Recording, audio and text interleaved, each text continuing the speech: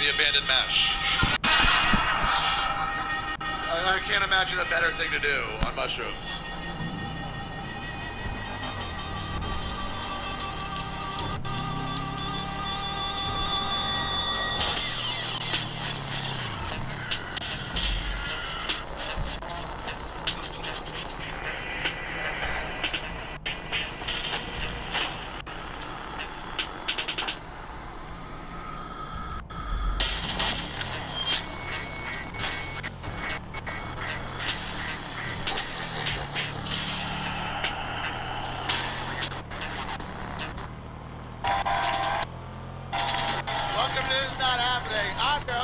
And tonight, the topic is psychedelia. Please help me welcome to the stage, It was like 3-4 years ago. We all decided, we found somebody looked in their freezer and they looked in the back like, oh, I have like an ounce of mushrooms. I'm like, well, let's do those right now. So like, let's go camping. Like, okay, and we left at like 5:45 p.m. to go to Malibu Creek State Park, which took us like 3.5-4 hours to get there. It was great, but then we're trying to set this tent up in the complete dark. Yeah, my iPhone light. And not the good iPhone we have the flashlight, the fucking shitty iPhone 3, like an immigrant. Okay, just the front-facing thing. We're using the screen. Yeah, on full brightness. No. And it was hard to set this down. By the way, as soon as we got there, everybody jumps out of the van we're all in. Everybody jumps out, and they all go, mushrooms, mushrooms, mushrooms. And we're like, no, tent, first tent. Tent. Yeah. We're gonna need the tent after the mushrooms. Yeah. So we tried to set it up. It was a big tent we had. I mean, we're like climbing over each other, sticking stakes. I had this Jufro in my mouth like 3 times. That's what Jufro tastes like. What does it taste like? Money. Stupid idiot. It's like the 20. That's a good pill. I would have said 5, but that doesn't taste like. That's insulting. So we're trying to set this tent up, and we don't know how to do it. It's difficult. We're trying to get it. And by the way, our one friend Madonia refuses to help. Oh yeah.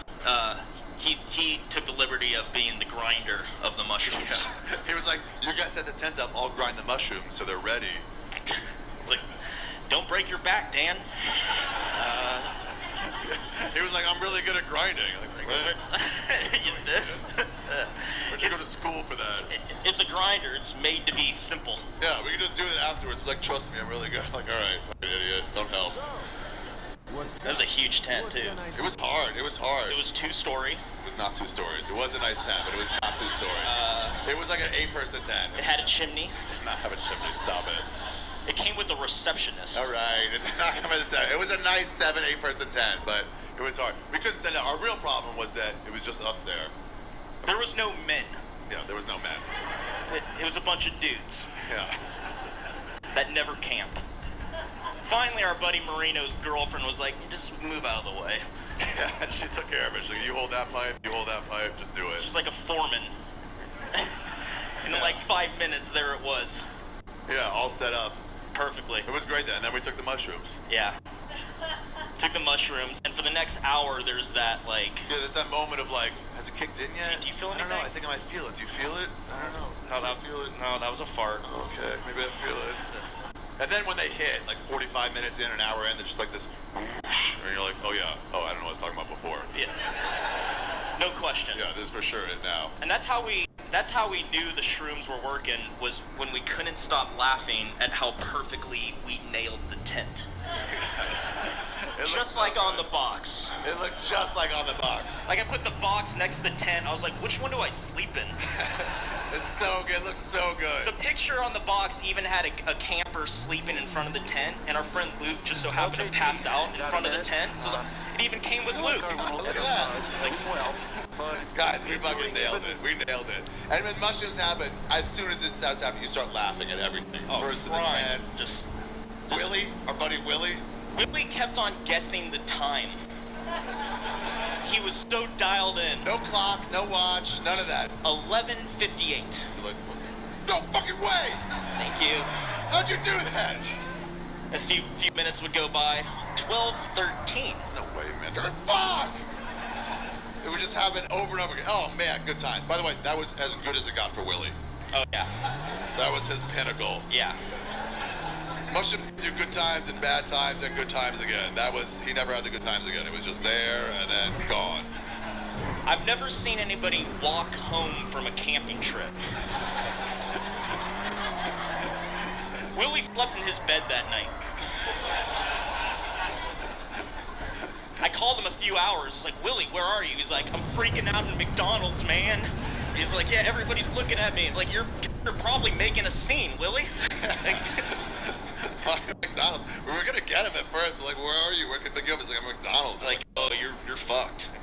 Yeah, we can't get you from there. And he's like, yeah, I think we need to go our separate ways. I was like, yeah, we definitely can't get you right now. No, I mean in life. I was like, are you breaking up with me? On the phone? He thought he was better than us. Earlier that day, he had signed a contract to shoot a pilot for NBC. So he's in McDonald's and he's telling me, he's like, you know, like, look, I'm a big time TV writer now, and you're just taking drugs out in the wilderness. Like, you're a loser. And I was like, Willie, you're tripping balls in a McDonald's. You're not better than me. Not better than anybody, bro. You ain't better than anybody. He's like, I know. I just don't want to lose this. All right. I've worked so hard. I finally got something. I just don't want to.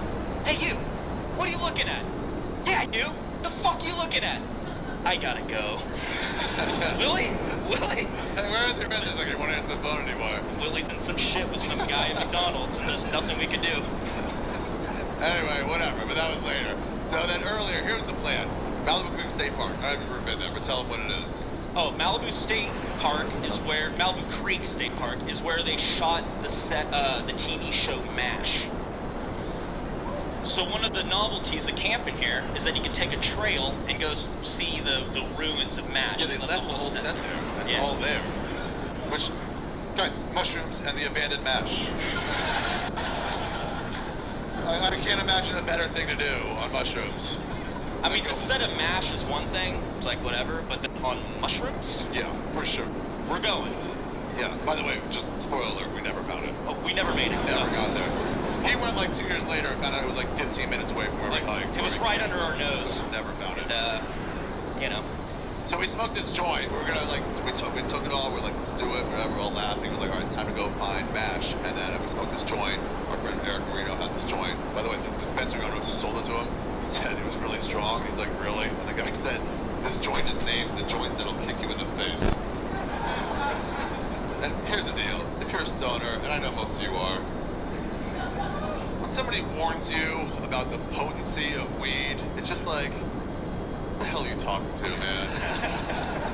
How dare you? Yeah, how dare you? Like if they give you like a cookie, like, only take half of this, it's like, fuck you. Now I'm taking 3 of them. How dare you say you know me? Those are fighting words. Yeah, exactly. So we smoked this joint, and then we're like, let's start walking. And that's when we broke up. Yeah. Well, I was in the front of this, like, line. It was me and, like, not Eric Marino, Dan Madonia, and this guy, Ryan Mervis, and we all start walking. And then you just held back with the rest of the people. Well, my buddy Marino started throwing up, because the joint literally kicked him in his face. But it was the guy that bought the joint, that initially laughed in the face of the guy that sold it to him, was throwing up because he coughed too hard. Yeah. But it was a mushroom throw up. It's like, that's a good throw up. It's not like a normal throw up. Mushroom throw up's like.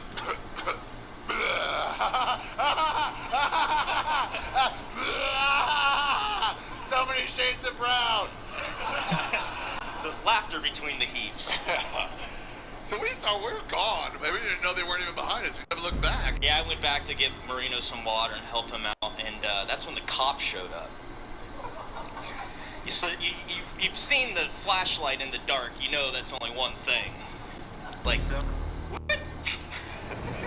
The popo here. What did you say, by the way, when the cops showed up? What did you say? Oh, that's the beautiful thing about mushrooms is that, like, it takes away your filter. Like, you're the most animalistic you would ever be. So when he shined the light at me right in front of his face, I was like, uh-oh.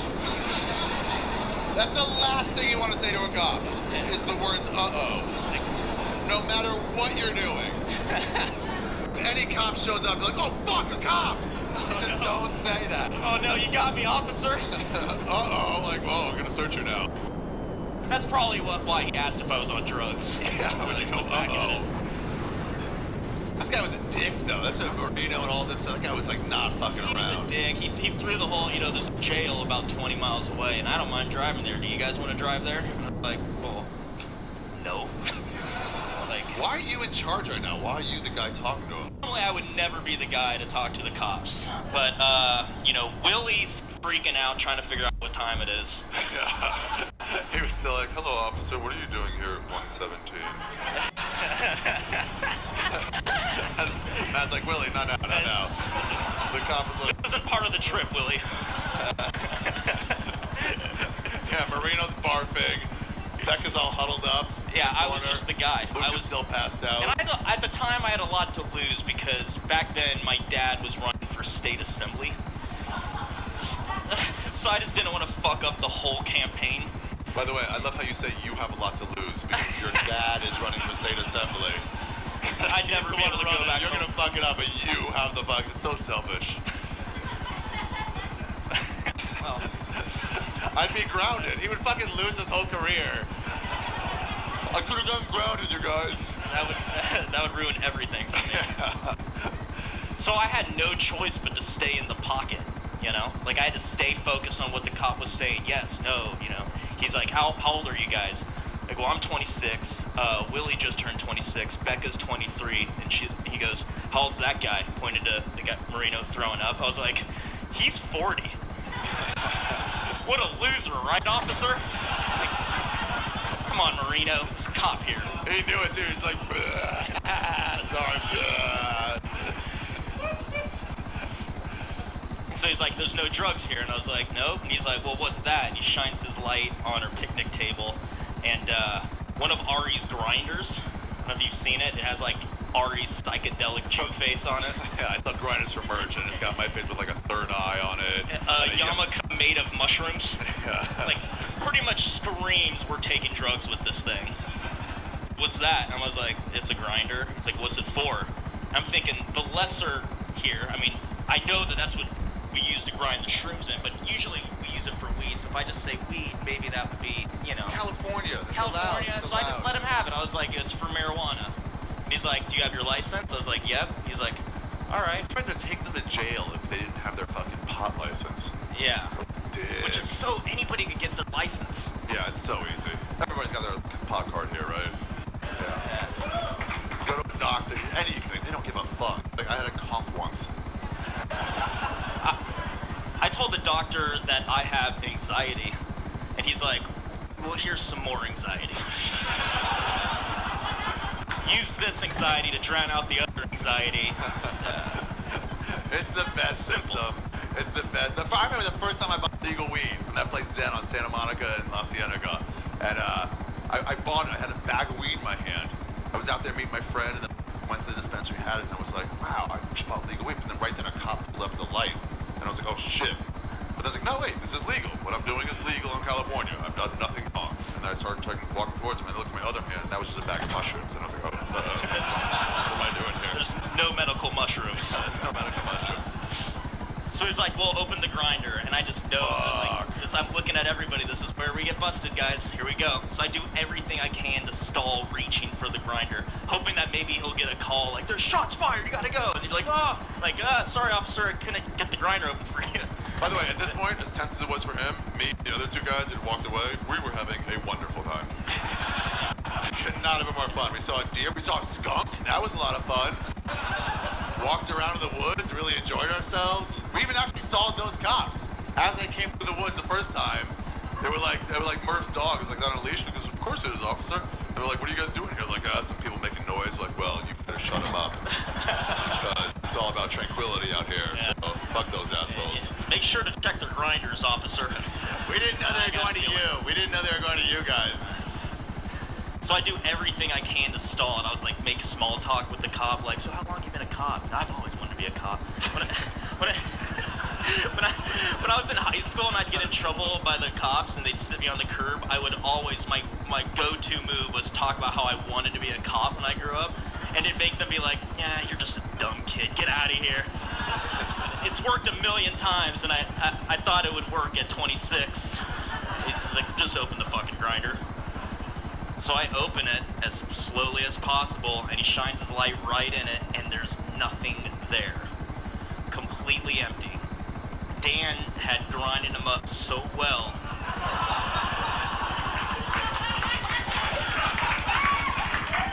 that it turned into powder, and he just... No, that's actually not what happened. I talked to Dan later. That's not it at all. He's such a fucking junkie for mushrooms that he poured orange juice into the grinder and then fucking sucked out. So he get every last drop of the powder for himself. So he could trip a lot harder. Take a shot. Yeah. So finally the cop's like, all right, everybody go to bed. Too loud, time to go to bed. And we're like, you got it. Like, we're off the hook. Yeah, we'll go to bed. Fine, officer. So we start walking in. He walks by the tent, and he shines his light on. He's like, wait, hold on a second. I'm like, oh no, what now? And he leans over to his partner, and he goes, nice tent. Right? We nailed it. Thank you, everybody. Keep it going. For Matty Edgar. Good job, buddy.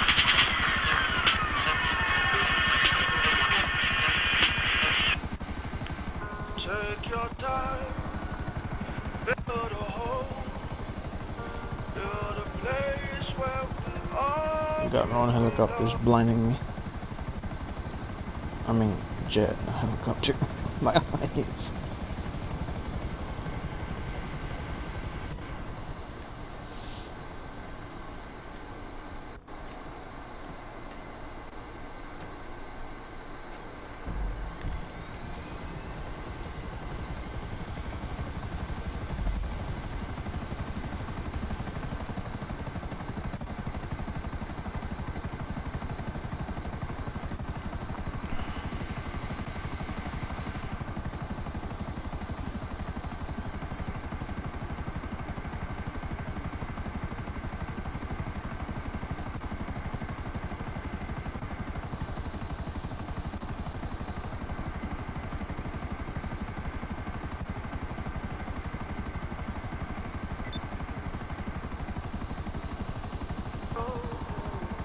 Extra, get extra with new extra refreshers gum.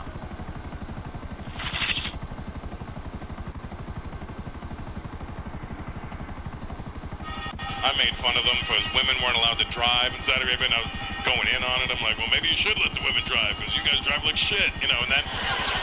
So I was like, oh my God, this is payback. I'm gonna lose my head, and they're gonna blame fucking ISIS or some shit, right?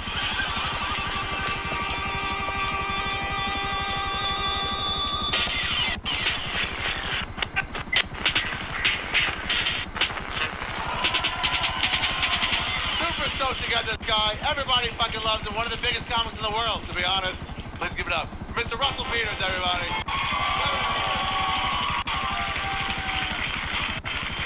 I've been doing stand-up for 27 years. So, and when you're doing it this long, and you start to progress, things in your life change. Like my situation changed from being this broke brown kid in Canada to a doing okay kid in LA now, right? Or old ass man, but whatever.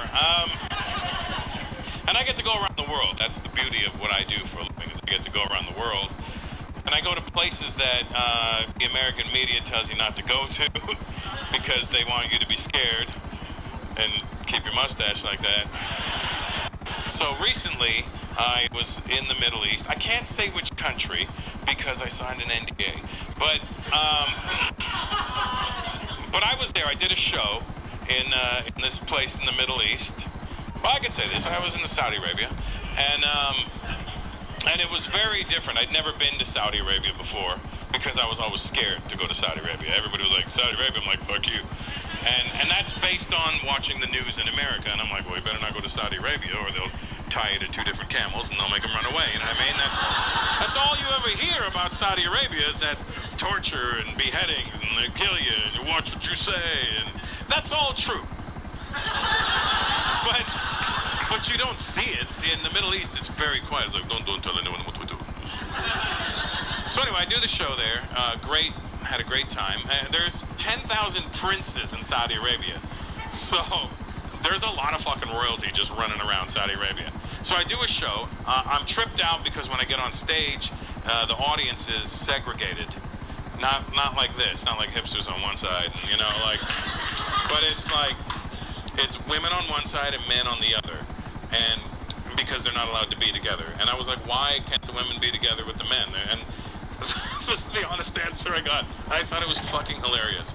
I go, hey, why can't the women and the men be together? Because they'll go crazy, want to fuck everybody.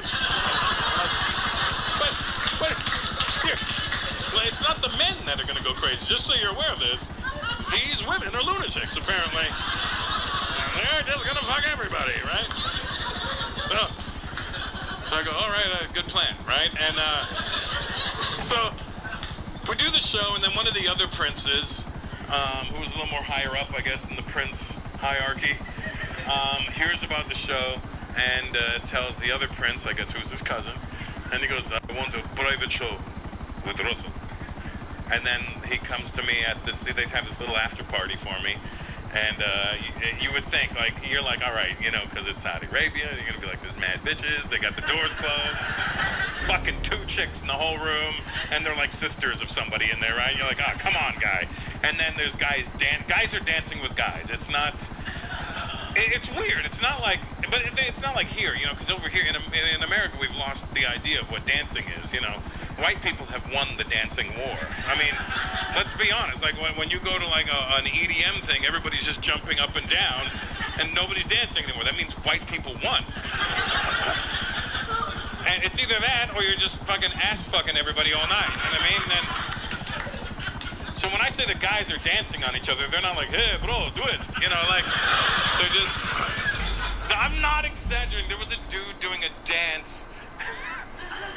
It looked like a camel. That's what his dance was this. He was fucking, I was like, is that how you pick up chicks over here? Well, one hump or two, you know, and then. So anyway, the other prince calls this prince and he's like, private show tomorrow. And then my brother, who's my manager, is like, all right, well, let me talk to him, let me sort the details out. And I go, I'm scared about this because we're already here, and you know we already don't know enough about these people. But and then he comes over and he talks to him, and he's like, oh shit, that's a lot of money. And so I go, yeah, we'll do that show, right? And then my brother goes, okay, well we're gonna need lights, we're gonna need the cameramen, we're gonna need the DJs, we're gonna need the opening act. And he's like, no, just Russell. And I'm like, oh fuck, all right. And he goes, has to be private event. And I go, all right, well, can you give me any information? No information. I'm like, well, how many people? He goes, it's a very small party for the prince. And I'm like, okay. And I'm thinking small, all right? Private thing, maybe 50 to 100 people, right? I've done worse. 27 years of stand-up, I've done shows where there's 2 people in the audience. I literally put the mic down and just sat with them. I was like, all right, listen, it's fucking stupid for me to try and, what do you do? You know, so I go, how many people? And they go, maybe 10 to 12. I'm like, oh, come on, guy, right? This is ridiculous. And then my brother goes, and I go, that's a lot of money. Yeah, you're right. Let's do it. So I go to the palace the next day, right? And I get there, and they put us in like a waiting room. And then this guy comes in and goes, Mr. Orbitos, please. And my brother and I, because, you know, obviously he's got the same last name. We both get up, and he goes, no, you stay. Just him. And I'm thinking, great, I'm going to get beheaded or some shit, right? Because I talked mad shit the night before, right? I made fun of them because women weren't allowed to drive in Saudi. It's illegal for women to drive in Saudi Arabia, and I was going in on it. I'm like, well, maybe you should let the women drive because you guys drive like shit, you know, and that.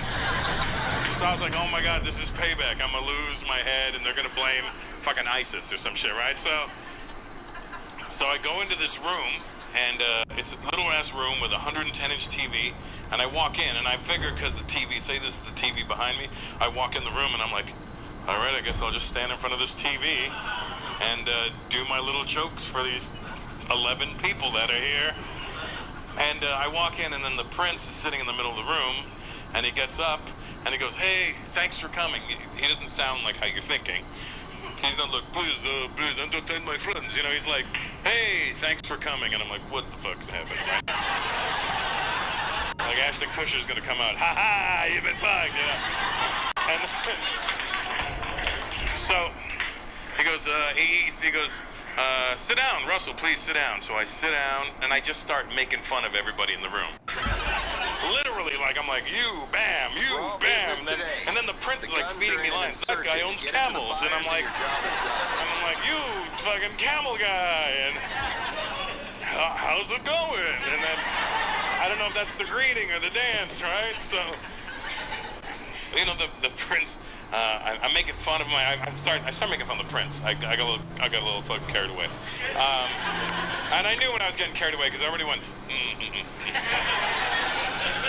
everybody else, no problem. But, and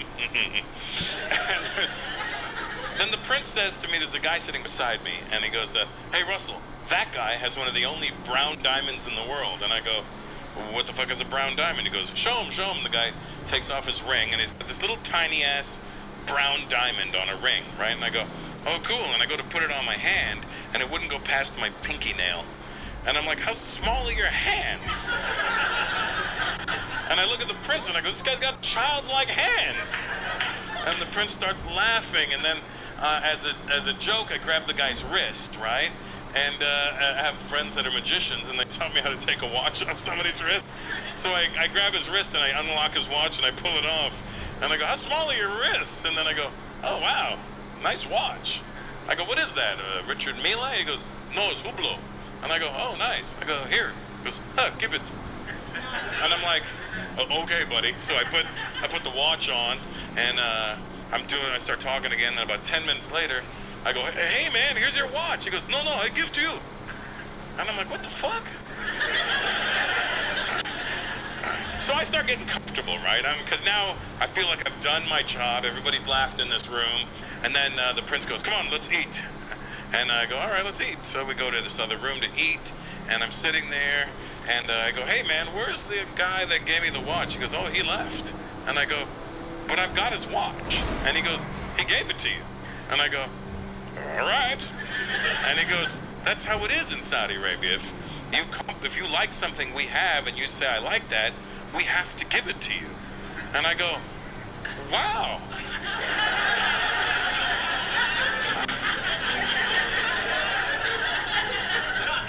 This is the best palace I've ever been in. Didn't work. Doesn't work on real estate, apparently. I should have complimented the Rolls Royce they sent to pick me up in, though.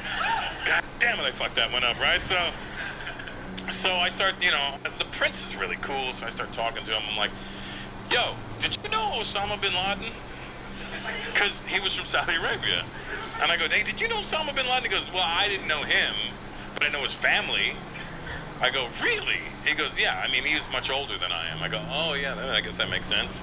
Because, yeah, but his family is a very prominent family here in Saudi Arabia. They built Saudi Arabia. They were the construction company that built it. He goes, he went crazy. He went that way, and the family was this way. And he was mad at Saudi Arabia, and he was mad at his family, so he went a little fucking cuckoo.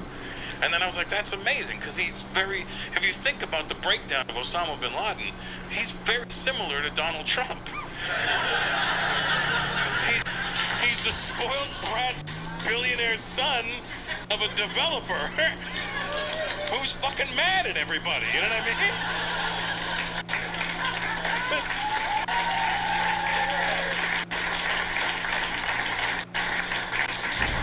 So I go, he goes, yeah, his family's very nice, actually. And I go, really? He goes, do you want to meet his brother? And I'm like, fuck yeah, I do! I so want to meet his brother! So he goes, okay, he says to some guy, right? And I'm like, oh, I don't know what he's saying, but okay, sure, right? And then, so the next day, I get this call at my hotel, and they send the car. The prince sends a car for me. And I go, well, what's this for? He goes, oh, you said you wanted to go see Saudi Arabia, so he sent a car so he can go around and see everything. And he walks out with me, and he's on his phone. He's like, uh-huh. And he goes, hey, Russell, do you still want to meet Osama's brother? And I'm like, fuck yeah, dude! And he goes, okay, one sec. Here. And I go, what's this? And I won't say the guy's first name because, that'll give it away. But it says blank bin Laden on the phone, right? And I'm like, I go, what's this? He goes, it's Osama's brother. And I go, holy shit. I go, hello? And he goes, and this is exactly, here's what you're expecting, right? Osama bin Laden's brother to come to one, like, Russell, what are you doing, infidel, right? So, I go, hello? And this is what I hear on the other end. Hey, Russell. I go, what the fuck is going on here? He goes, yeah, it's, I'm blah, blah, blah, bin Laden. I go, yeah, and I see that on the phone. He goes, first of all, let me tell you, big fan of your stuff. And I'm like, what the good fuck is going on over here, right? And he's like, how long you in town for? I go, I'm leaving today. He goes, yeah, I'm flying back tonight. Oh, man, I'm going to miss you. Hey, stay in touch with me. Take my number. And I'm like, what? Yeah, take my number. And I go, all right. And I go, just so you know, your name's going in as Dave Smith on my phone. Thank you, guys. You were great.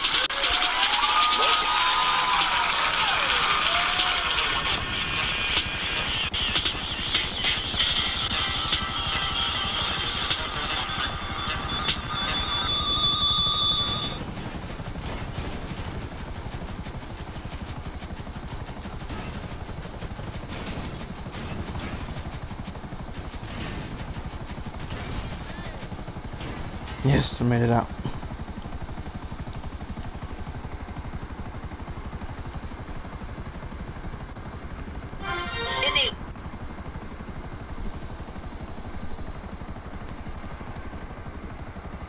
Oh fuck, the phone's dying.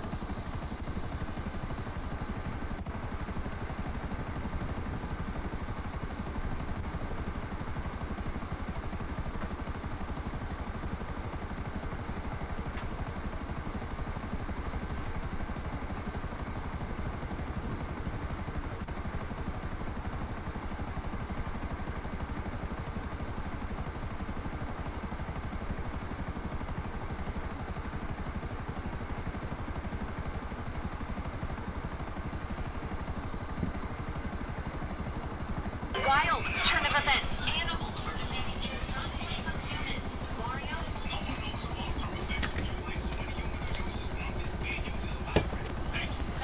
No one knows the long-term effects of dueling, do you?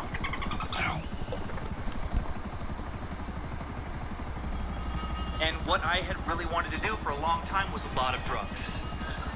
I had been high before, but I had never been don't squish tiny horses high. And I definitely wanted a piece of that action.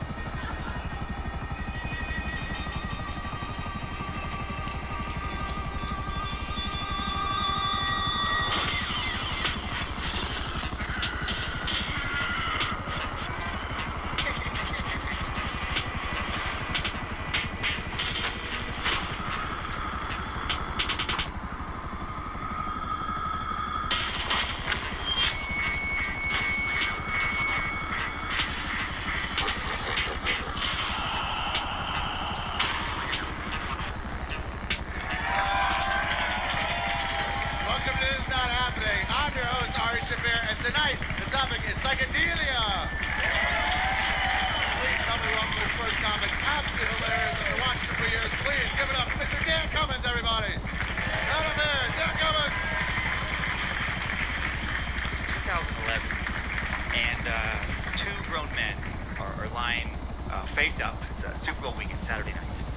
Two grown men are lying face up, fully clothed, on twin beds at the MGM Grand Hotel, and they're focusing really hard on their breathing, and they're listening to Enya, because that's the only thing they've been able to figure out that keeps them from completely just freaking the fuck out. One of these guys is comedy booking agent, Stu, doesn't want his last name to be revealed for this story, but it sounds a lot like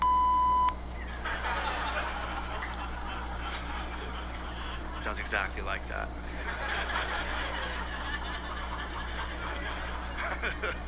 Right now, Stu is really worried that the other guy in the room has a knife and wants to stab him with it. And the other guy in the room doesn't have a knife. He also doesn't care about telling Stu that he doesn't have a knife, because he doesn't think Stu is a real person.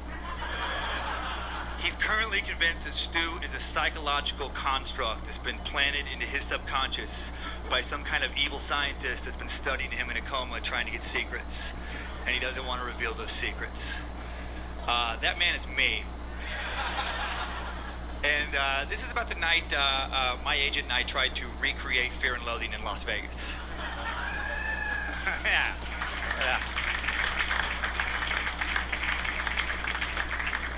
I've thought a lot in the years since about why at 33 I decided to head to Vegas with a bag of drugs, including 9 hits of acid. Like, I had never partied quite that hard before or since, and a lot of it was the movie, Fear and Loathing in Las Vegas. Like, I saw that movie finally. I was really fascinated that Hunter S. Thompson and his lawyer just went to Vegas for work. Like, technically they're there for work, and they just blew off all responsibilities in life to burn through a literal briefcase full of drugs. And I found that strangely inspiring.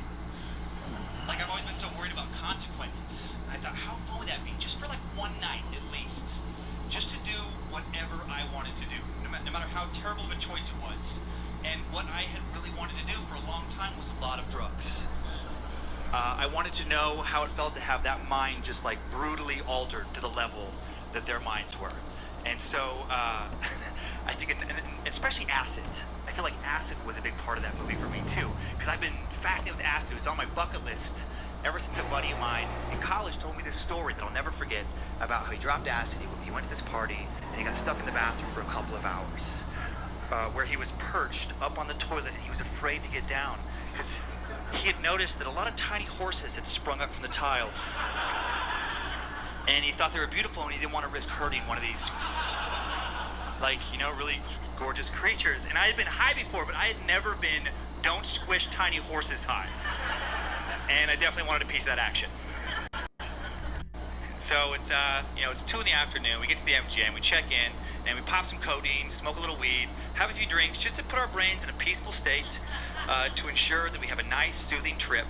And we each take a hit of acid, and then we go to the Circus, where Hunter S. Thompson hallucinated, to go play some poker. And we get there, and the acid still hadn't kicked in, and we got really nervous. We're like, oh man, I think we got a bad batch. And we decided to take a second hit of acid. Yeah, exactly. Not bad, not a bad batch. I sat down at the poker table, started having some very new thoughts. Like, I remember thinking that the guy sitting across from me had the most chips. Like, he was doing the best at poker, specifically because his face had too many angles. Like, I didn't know how many angles a face should have. I was like, this fucker has more than that. And I felt like it gave him a strategic poker advantage. And I also had a thought that Stu has no chance of winning at poker because he has a teeny tiny head. I'd never noticed how truly tiny it was until that moment. Like, not Beetlejuice head shrinker does tiny, but pretty goddamn close. And I'm like, he can't win. You can't win with a tiny head at poker. That's just, I know that now. And I'm having a lot of fun thoughts. I'm laughing at these fun thoughts. Stu's laughing at his fun thoughts. And then we decided to take our great time and ruin it by making easily what was our worst decision of the night. We decided to go back to the hotel and take the rest of the acid. Taking the rest of the acid is just a bad premise. Right? Like, it implies you've already taken an amount of acid you thought would be enough when you didn't already have a head full of acid. And now you're taking more than that because you're quite literally insane. So we take 2.5 more hits each. There's a half in there. We were so greedy with our drugs, we couldn't let one guy have one more hit than the other guy. We actually tore a little tiny tab in half. And we had 2.5, and then we decided we need to reconfirm picking up some coke and ecstasy in a little bit. And before we go get the rest of the drugs, we need to go get some pizza across the street. We're really planning this out as best we can. And it should have taken us about 15 minutes to make it across the street to get some pizza. We estimated later it took us roughly an hour and a half. Because by the time we hit the lobby, the acid was kicking in so hard, our brains were just disintegrating. Stu's new reality became, once we got to the lobby, that there was a security team tracking us, trying to catch us doing the drugs, complete with dogs. He thinks dogs are following us. Like that's ever gonna happen in Vegas. Like, they're just gonna let, drug sniffing dogs loose on the strip. They would bark at almost every fucking person they came across. But he thinks our best course of action is to hide in the MGM parking lot behind some cars so the dogs don't find us. And so we do that. We go out and we're hiding behind a car. It's not even dark out. We're 2 men in our 30s just hiding behind random cars. And then he would get nervous that the dogs were closing in, and then he would decide we gotta head down, scurry to the next car. to not look suspicious. That looks so suspicious. And I'm following him knowing it's a bad idea, but I have to stay close to him because I have a new reality as well. My new reality is that everything that's now really, really close to me that I look at starts to drift back and away and up into the air, including Stu. And I actually am thinking that if I don't stay within grabbing distance of my friend, he could drift into space. And I can't handle that right now. I just cannot risk that. And so we're just scurrying and I'm chasing, and finally we make it to the pizza place where I decide to order us 2 pepperoni pizzas, which I don't even really like pepperoni pizza, but another real thought I'm having is that I'm convinced that some things that I've always thought were real are real, and some things that I've always thought were real are not real. I love Canadian bacon pizza, but you know what? It's fucking fake pizza, you guys. It's never real, it's never existed, and you can't eat things that don't exist. So pepperoni pizza, super duper real. It's the most real pizza. And by God, that's what we're gonna eat. And all this makes perfectly sense to me at the time. It makes really good sense. And they have this like, like the individual little boxes in the little trays on the shelf. And I go to just grab us 2 pizzas from the counter. And like millimeters before grabbing it, my fingers crumple in my wristbands. And I hit something that really hurts. And I'm just like, what the fuck is that happening? And I just look at Stu and he's off worried about security. He's in a bad place. And I just keep trying to grab it and it just keeps crumpling over and over. I'm like, I cannot for the life of me get this pizza. I went back the next day to see what the hell. There was a plexiglass barrier between product and customer that I'm unable. I remember at one point actually digging at the fucking force field like an insane badger, just desperate for pepperoni. Let me know. And they take pity on me. They give us the pizzas. I wish they would have given us security camera footage of that interaction. I would have been priceless. But we were able to somehow eat these pizzas, and then we hop in a taxi to go find the rest of the drugs. And I have a piece of paper I'd put down in my pocket earlier with the address written down, because I knew I'd be in a bad place. And I read what I think are the words on the paper to the driver. I'm reading him what I think is an address. He hears what I'm guessing is just drug-fueled gibberish, and he wants more information. Essentially, he wants an actual address, and he wants references. What part of town is it? Nearest intersection. I can't answer any question. I'm only mentally capable of rereading what I think it says louder and more aggressively. I don't know what I was yelling. I'm sure it was some just gibberishy, addressy kind of 76th Street, Durango, 76. Place Street, 7777777. I'm freaking out. Like a lot of people, the driver doesn't like being screamed at by a maniac. He becomes very upset. And now he's screaming at me. And this freaks Stu out. Stu's really freaking out. Now I find out later that at this point in the evening, Stu becomes convinced that this driver is part of the security team. And he's driving us straight to prison. Like, not processing, not police station, not jail, just prison. We're going to some kind of drug prison. And at the next intersection at the red light, he just leaves. He just opens the door mid-fare and just starts running away from the taxi, which I didn't know was an option you could do in taxis. I grab an unknown amount of cash and just throw it at the driver and chase him, and we just run for a long time. I don't know. We couldn't track time. I do know. I remember like being in alleys. I remember a lot of scurrying and hiding. Finally, we're able to actually see the MGM Tower in the distance, and we navigated like savages. We just would see it visually, and we're moving somewhat towards it like 2 monsters following the moon. And we finally do make it back to the room where I decide we're gonna lay down. We're gonna focus on our breathing. We gotta calm the fuck down. This shit's getting real weird. On the way back, Stu started talking a lot about a knife, and he was real worried about getting stabbed. He was asking me over and over about the knife. I don't even care about answering him because he's the Canadian bacon of people to me right now. You're not even a real thing. You're just so annoying right now. You're a fake annoying thing. That was awesome. And I just think that we just lay down, focus on our breathing, and maybe listen to some music or something. Because it's getting so dark. You know, every time I look around, I'm convinced there's a wall of blood behind me in the background.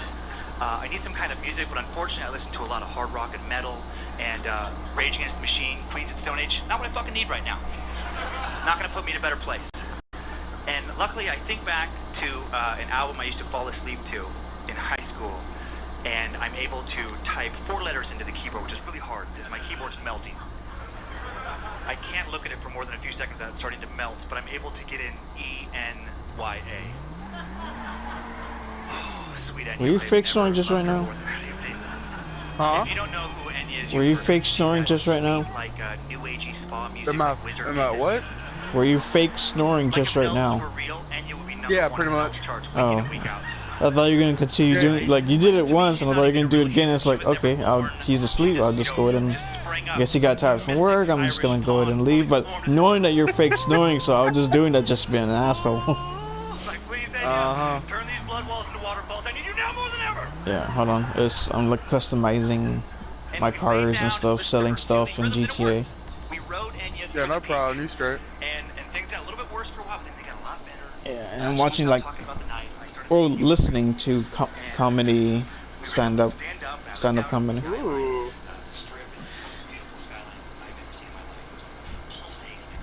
Hey, is Before the Storm quest up for Gambit? Do you have that already? Before the Storm? Yeah. It's Breakneck. Oh, it's for Breakneck. Yeah.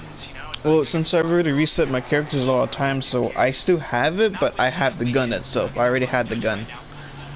Okay, I was making sure. I wasn't sure. Is it good? Yeah. It's like if you don't have no other guns, like that's good to go for. But if you have like Huckleberry, like I like to use it a lot, you don't really need to have. Yeah. Okay. Do you have the catalyst for Huckleberry though? Callus? I don't think so. Try to get the catalyst. It's a lot better. But if you have Huckleberry with the catalyst, you don't need Breakneck really. But Okay. but however, Breakneck, I'd say it would be better. I'd say Breakneck would be better than Huckleberry because of it being an auto rifle, not an SMG, so the range is more effective of the damage drop off. Yeah. True. Bring a little bit of Enya and never take the rest of the acid. 2 is more than enough. Thank you guys. Be safe out there.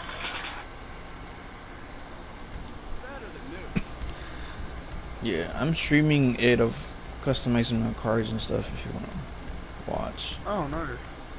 Alright. I still gotta get your YouTube channel on my YouTube, so I can't subscribe to you whenever you send it to me. Ah. Alright, hold on, let me. Because I'm gonna stream us. Wait, okay. I want to ask you, do you have the runes we were talking about the other time for Menagerie? Were you able to upgrade the runes? The what? The runes? Yes. Are you able to get the red runes or the green runes now, or I'm totally lost on what we're talking. your chalice for Menagerie? I'm not sure. Hold on, let me check. Alright, and there's a link to the stream currently. So just go ahead and use that to... Oh, fuck. Go ahead and use that to get my channel. Alright.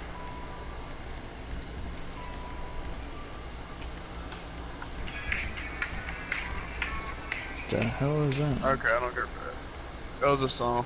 I was just seeing what it was, but I was like, ew, never mind. Alright, you said the,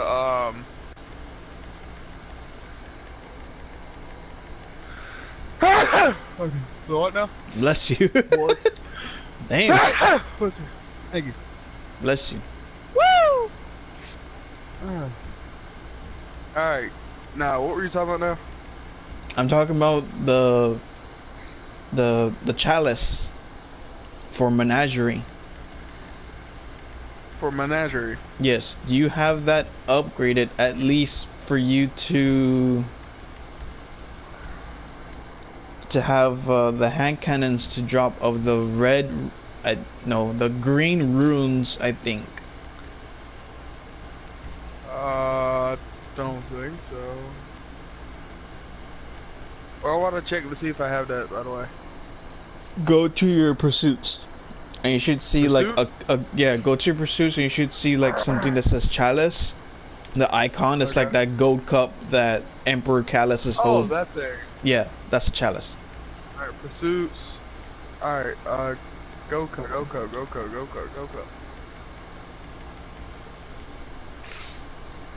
I don't have. Oh, okay, here you go.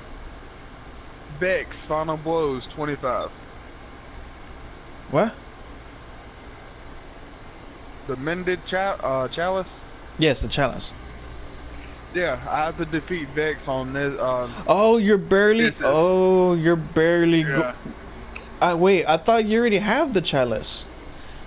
No, I haven't done that yet. Or because I remember you saying that you have. Excuse me, sorry. That you have the Chalice, and that you're telling me of the rune capability that you have, that you need to. I told you need to upgrade it to start getting hand cannons, to start getting Austringer, to able to upgrade it. If you're able to get the hand cannon. But you're saying, yeah, I'm guessing that was your other character. Are you on your hunter right now, or? I'm on my hunter.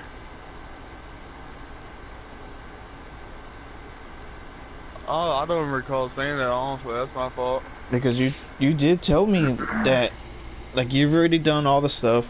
You're telling me that what upgrades you had on your Chalice, so that means you've already done the beginning part. That you already have your Chalice. Are you sure that was me you was talking to? Yeah, because, like, you told me. I know it was you, because you told me it's like, hey, what's like. I think you actually asked me like what's good hand cannons and stuff, and I told you of the 3 hand cannons of Trust, Austringer, Service Revolver, and then some of the exotics that are good. Yeah. Okay, I remember that, but I don't remember saying nothing about the Chalice. I was like, yeah, no, I wasn't sure what I was talking about. Oh. Okay. Yeah. Because I do remember that, but I don't there's some of the stuff I'm not fully aware of. Some of the stuff still on here, but I'm getting there. But yeah. But no, I gotta defeat the Vex, so I could probably go do that while you're doing that. Yeah, I'm just right now just customizing some cars, and I'll be there in a bit. I'm gonna have to log out a bit too, because I need to switch my settings. I'm in a session by myself. Never mind, a friend of mine is in here, but I'm gonna leave it either way. Oh dang, he just got in there. Oh man. No, he could use the session by himself to make money and stuff. Oh heck yeah. Never mind, he left. Oh dang, he was like, nah, he's about to leave me. He was watching the stream. No. But that heifer about to leave me. I just joined him. I need to get another one with this one. I know there's a lot of combinations for this vehicle. You work tomorrow? No, I'm off tomorrow and Friday. Alright, cool. You say tomorrow or Friday? Yes. You know tomorrow is Friday. No, I thought today's Wednesday. No. I hate the days go by so fast. It's like, wait a minute, hold up, Liz. What the freak? Oh, you're good. Oh, that was awesome. That's so You can't say you was dumb. tired. You can't say you was tired. You ain't walking back from this one. No, that was an actual yawn. Like, I'm still yawning and stuff. Even though yawning is not because you're tired, sometimes the actual science reason is because the brain is trying to get more oxygen. Yeah. See, that I already knew that, sir. Well, sorry. And be like SpongeBob. Like, I don't know what you're saying. Yes, you do. Copyright. SpongeBob is so no copyright. I'm spitting all over my freaking legs. I have shorts on and it's cold. It's cold, so the water is like freezing my legs. Bring your saliva? Yes.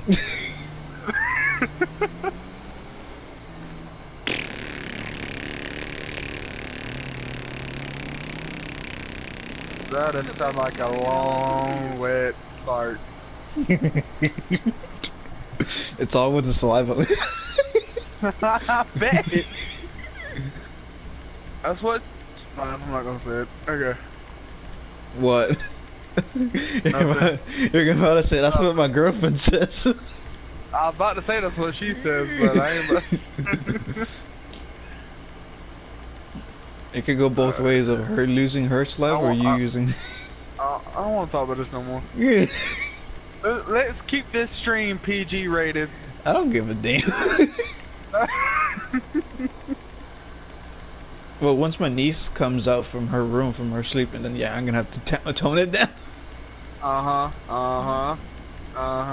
What? My niece? I know you good. The pain in the butt niece. You said pain in the buttons. Yes, she's a pain in the butt.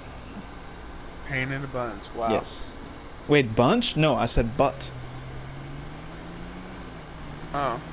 And I said munch. Or bunch. Oh I no. Leave me alone. No, We'll just start killing Vex, then just go to Nessus or IO and just... I say Nessus. Nessus, there's a lot more Vex. Nessus and Vex? Right. Yeah, Nessus there's a lot more Vex.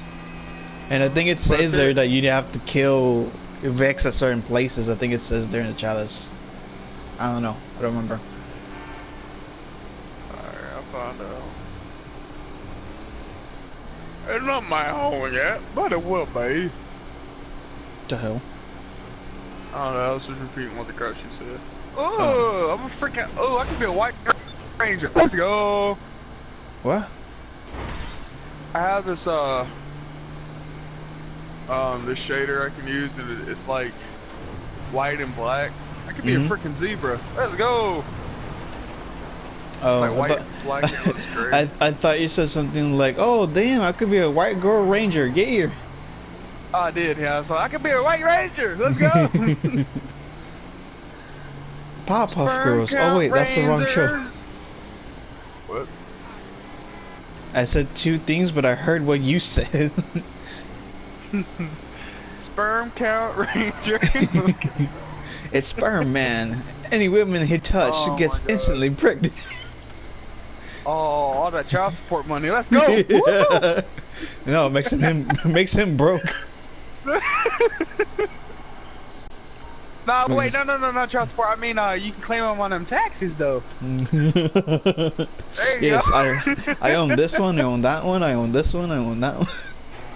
Give me This the one's money. Esteban, this one's Clarice, this one's Nick, this one's Bob, and this one's Junior, this one's... What the hell? Okay, first you start going like to Mexican names, and then you start going to more white names. Like, what the... That's the point! It's like, the more you have, the more you get lazy. Like, this is 1, this is 2, this is 3, this is 4. What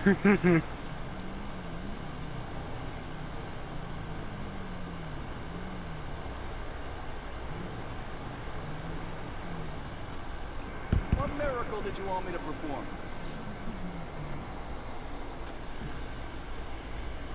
Alright, I guess I'm going to... Oh, crap, I gotta go see her real quick. Yeah, I'm going.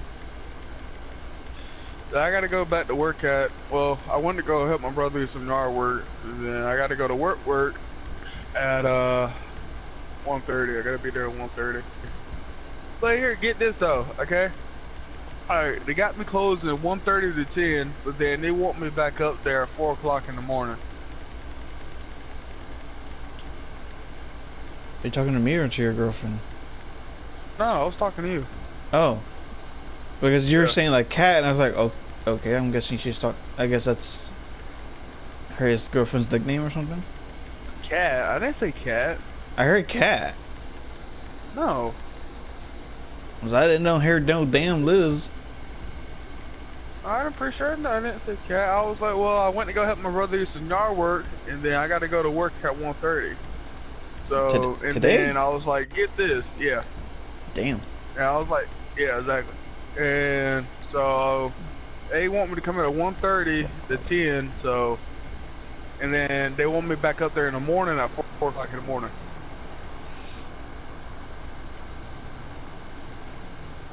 I am leaving early, sir. Get that crap.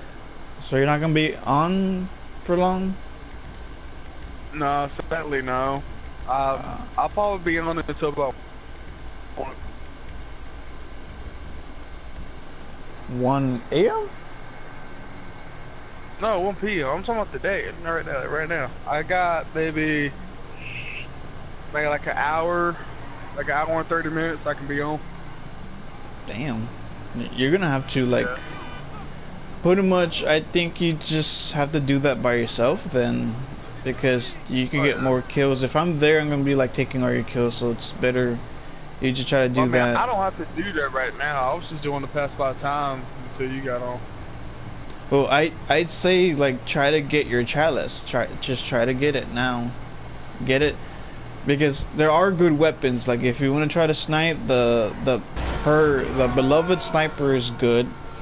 Austringer is good, but I'd say other hand cannons such as the Trust, you could actually get like Austringer. You're gonna have to be good with your timing shots because of the archetype it is. While Yeah. Trust, you could just pretty much spam your shots. And service revolver. You already have a good service revolver, but Oh yeah, I love you, that thing. yeah, you could try to get a better roll on it too. But I'd say try to get Trust as well for you to have a good energy hand cannon. What energy? What is it? Trust. It's a solar. Trust. Okay. I wasn't sure. Yeah, but you still have to get the ruin for you to start unlocking for you able to get hand cannons. Or you could just play a lot of Gambit and have a chance to try to get it when Menagerie you could actually get it and put the masterwork that you want. What the hell? Sounds like you're being possessed by something like the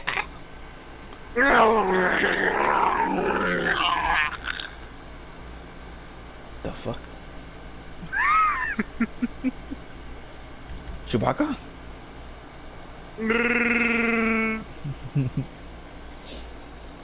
Oh no! What? Yesterday I was in a Minecraft world and I was just doing funny freaking voices. I was doing my Yoda and my making my voice a bit. Oh my god. Hey, did you know? Ammo. Did you? I think I tried to do his voice, but I don't think I can't.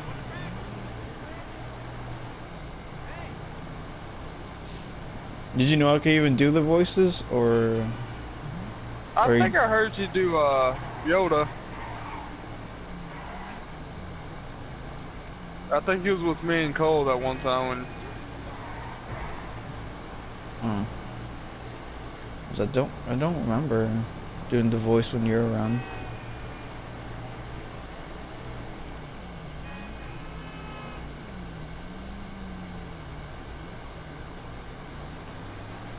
This is me rolling and handing. This is me flying train. What's wrong with her now?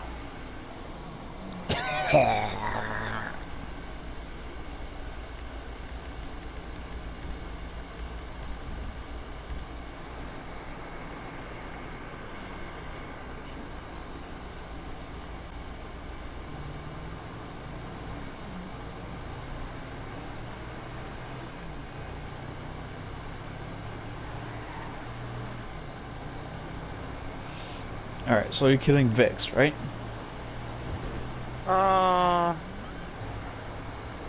Or did your thing change now? I joined in the public event and helped them. Oh, frick me! I died. If it's a Vex one, then you should be fine. Yeah,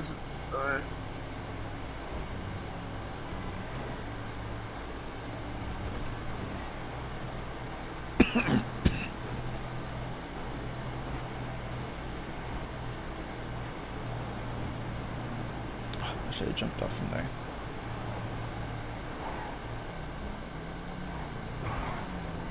Actually, no, it's right here.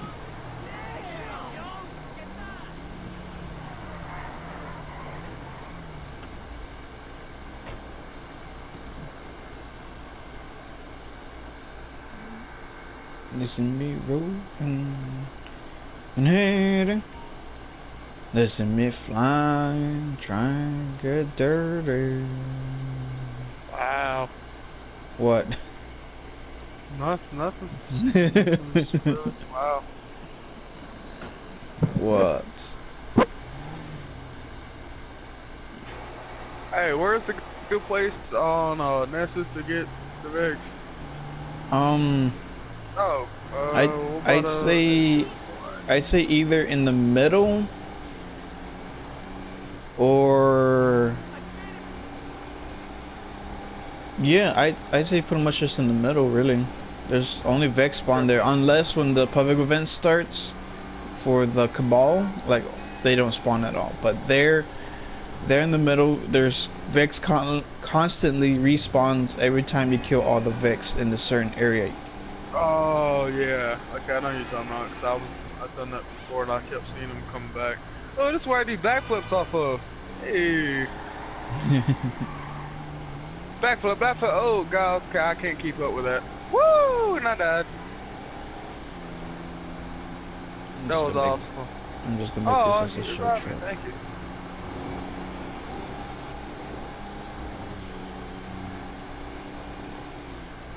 Stop it! No! No!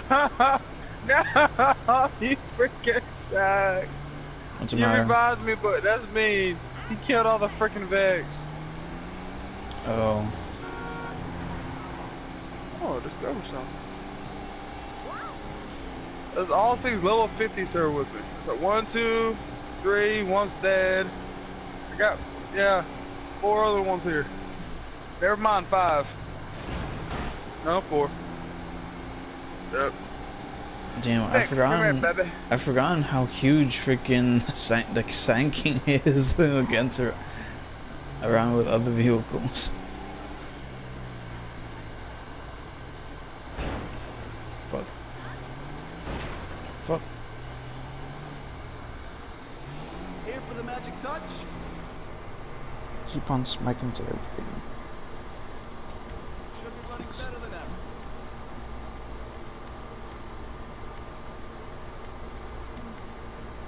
Oh yeah, supposed to be watching your thing.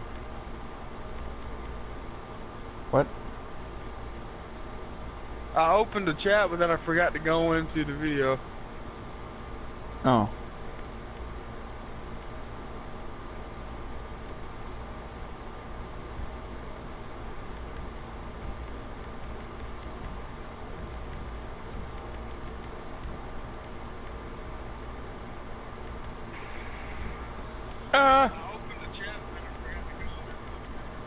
Oh, I hear myself. Echo. It's late, really. It's like late.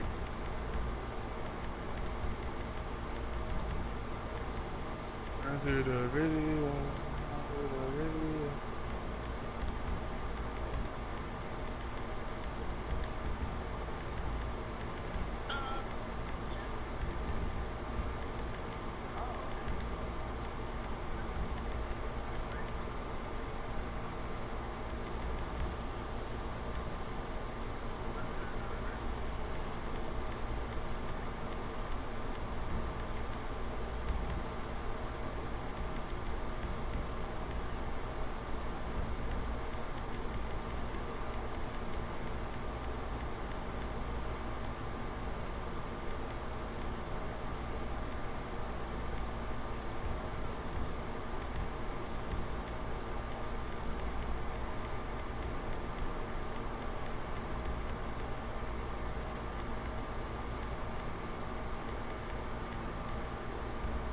I'm almost done.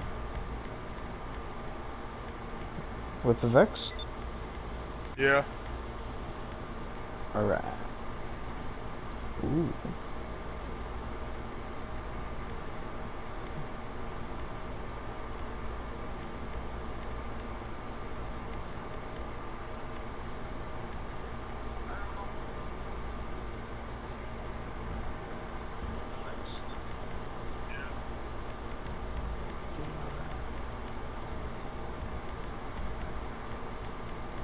Why do you have?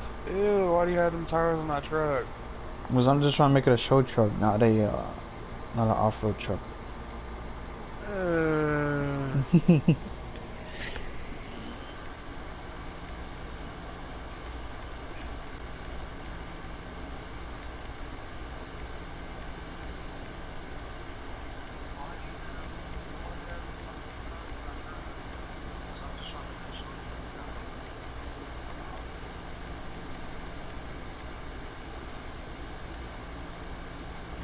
Now that's a custom job.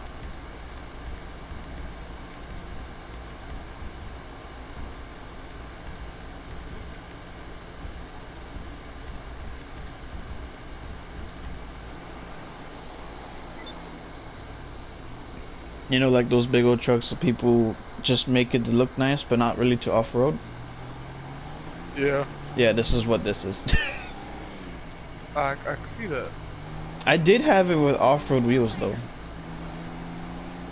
but I already have too many of other off-road vehicles, and I do want another truck that I'm gonna do the same thing, just to have a big truck with, to make it as a street truck. Which is kind of surprising. We have quite a lot here in Texas. When it flooded, well, especially when it flooded at Harlingen from Hurricane Harvey, I just kept on seeing a lot of videos with a lot of lifted trucks picking up people. Oh yeah. Like citizen lifted trucks, not the military trucks.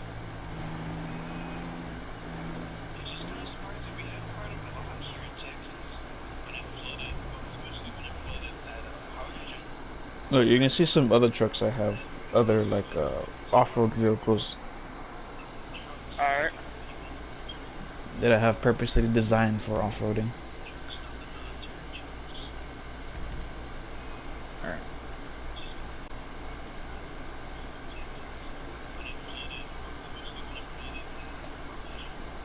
There we go. We got this one here. We got this one. And this one. Then this one. And then this Jeep right here too. And then here's the big old show truck. Your guy looks old. Yes, Ooh. I am old with wisdom. Mm.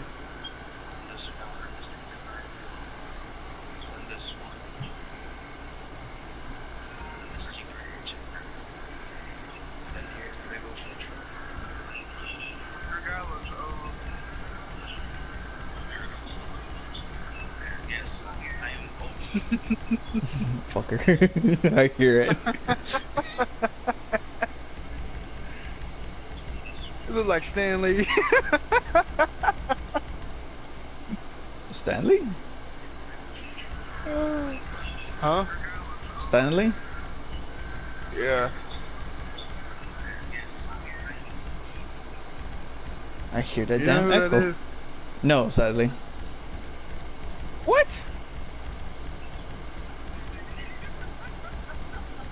I hear that echo again. Can't believe you don't know who that is. I don't want to say it because you might get. Oh, isn't it already too late? Huh? Isn't it? Wait, what you're saying that you didn't want to say it because of what? Copy. Copyright. Yeah. Alright, so we got the trucks up here. We got some SUVs here. And put this guy over here. Grab this one over here.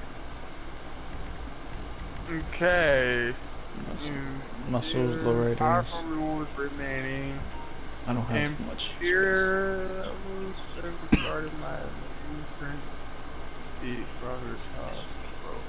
I like the little supercar I have here. So what are go now after that? Check the chalice. It might tell you to go to that robot that's at Nessus or in the tower. Imperials. Powerful rewards remaining 1, and then other one says 0. Oh, I think it's telling you to go to. Wait. Did how about your milestone? Did anything popped up in your milestone? Let me check. No, Nothing. no, my mouse on now. Here, I'll send you a picture.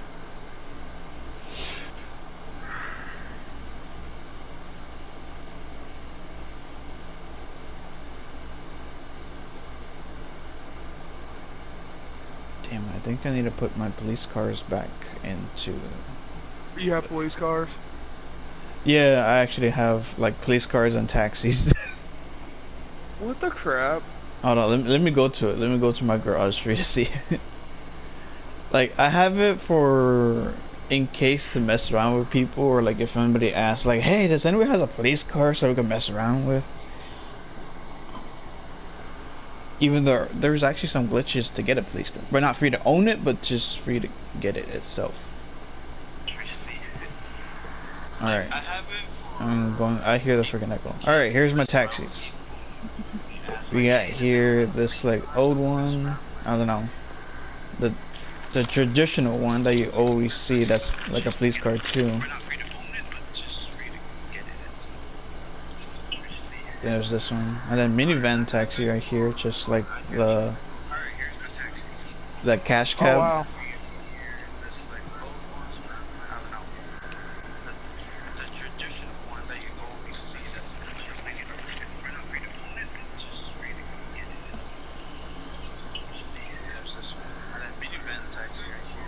And here's the soccer mom taxi. And here's an unmarked police car. A white, another one. And another one. A different model unmarked police car. And another one. And then here's a SWAT.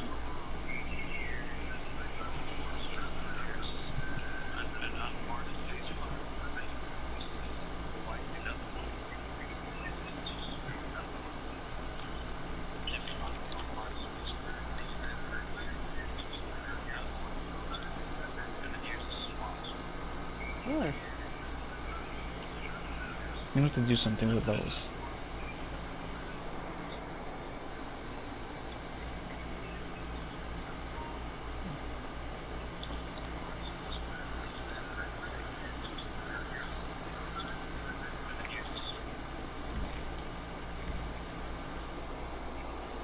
Alright, go do me some luxury vehicles now. Well, not luxury, they're coupes. I need to get some sedans as well.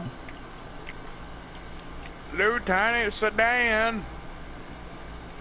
What? I said Lieutenant Sedan. Lieutenant a sedan? Well, I could have said Lieutenant Dan, but you never seen Forrest Gump? Nope. Oh my god. You're fired. I wasn't even hired. Exactly. Fucker. Still fired. Oh, wait.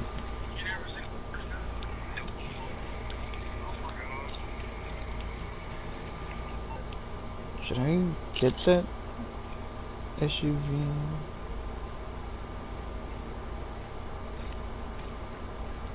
Nah. Or should I?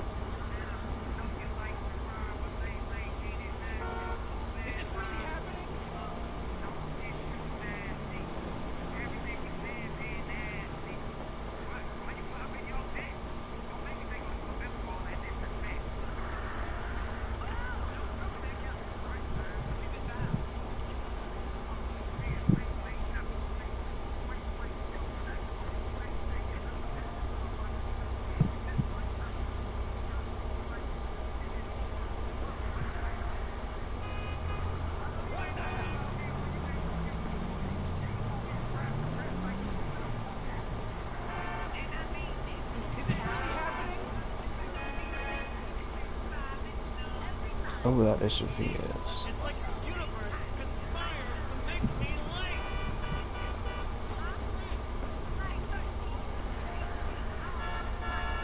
What the hell? Damn it! What?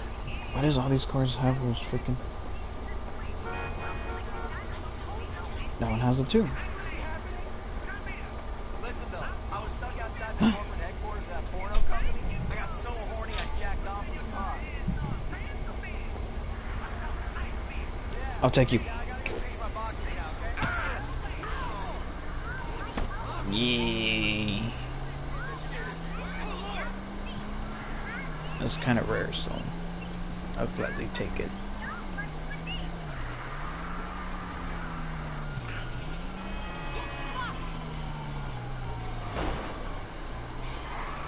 No copper, she didn't see anything.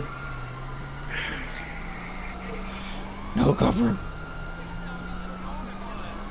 Why are you laughing?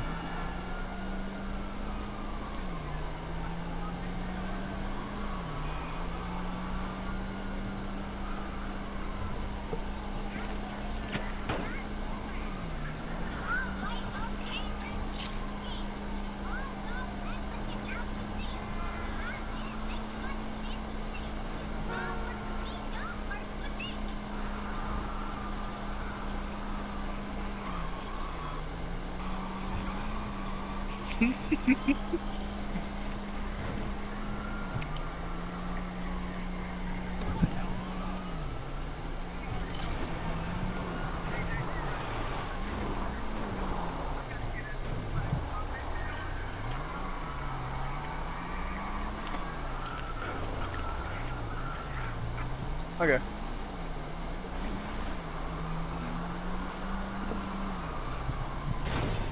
Oh.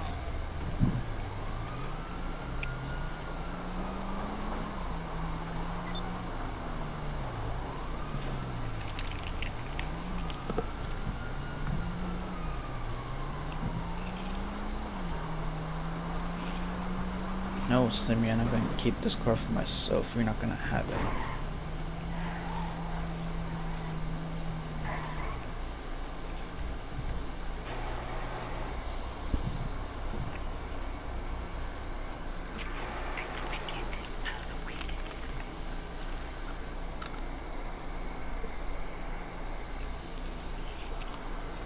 I just hear you're munching away on chips. Nom, nom, They're so good. nom. What chips are you eating? The basic Lace or? No, I'm eating the Tom's nacho cheese. They're like $2. Mm.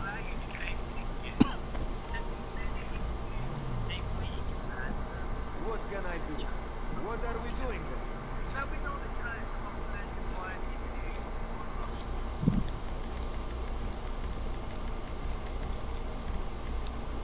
Ow, ow, no, no, no. Oh yeah, sexy shit.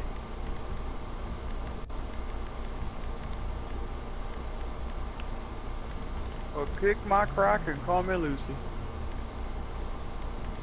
Why? I don't have nothing in there that cares to let you know. Okay. Thought I did. You've unlocked all the forges, right?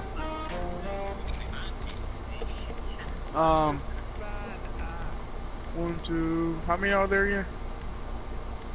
There is 4, I guess. I think I got like 2 or 3 of them unlocked. I haven't, because I stopped focusing on because I was waiting for coal. Mhm. I'll probably just start back on it. Because what I'm gonna do is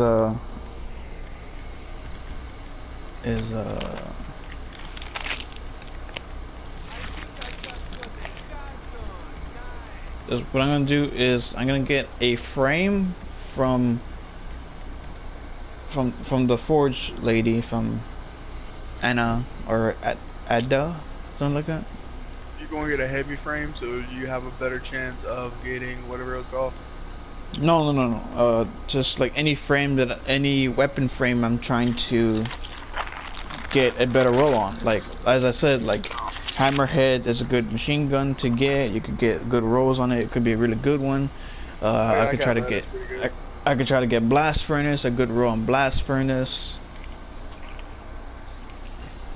and because some of them it's like, oh, you have to get major kills on these. You have to get a lot of. You have to kill majors for them to drop certain stuff. In Menagerie, there's a lot of majors. So while I'm trying to get major kills in Menagerie, like Menagerie is still, I could still use to get me a weapon that I want from Menagerie. So pretty much when doing that one activity, I'm actually getting like 2 weapons. Oh shoot. But as long as I focus on getting the frame done before Menagerie ends.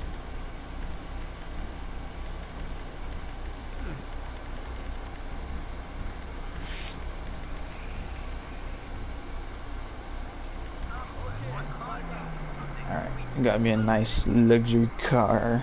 I mean SUV.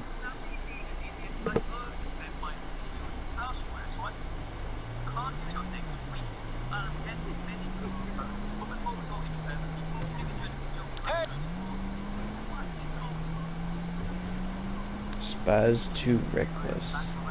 Huh.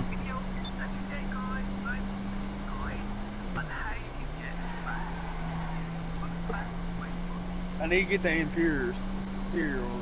Imperials? Yeah. You could get them randomly from doing events, or if you go to the either or robots from the ship that's in Nessus or the one that's in the tower.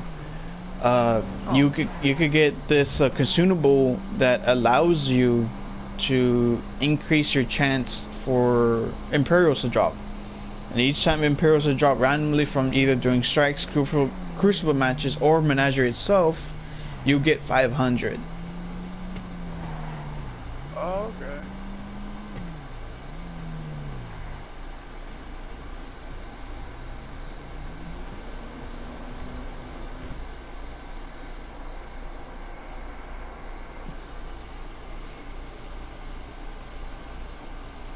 So what? And actually, if you're able to complete like triumphs, like there's actually triumphs for Menagerie, and if you're able to complete them, you actually get and you redeem the triumph that you completed, you actually get runes from it as well. Huh. I mean, not runes, Imperials. You get 500 Imperials.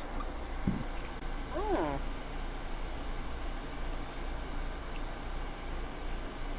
See that then. Oh, hey. Yep. The last forge I need to get so I can get all the weapons. Mm-hmm. What is that like? Izalumaya forge. Economy? Izamlami. Yeah. Yeah. Whatever it's called. Okay, so that means is that the one, like if you're looking at, like, wait, where are you at? Are you in front of the you're in front of the vendor, or I'm at the Black Armory.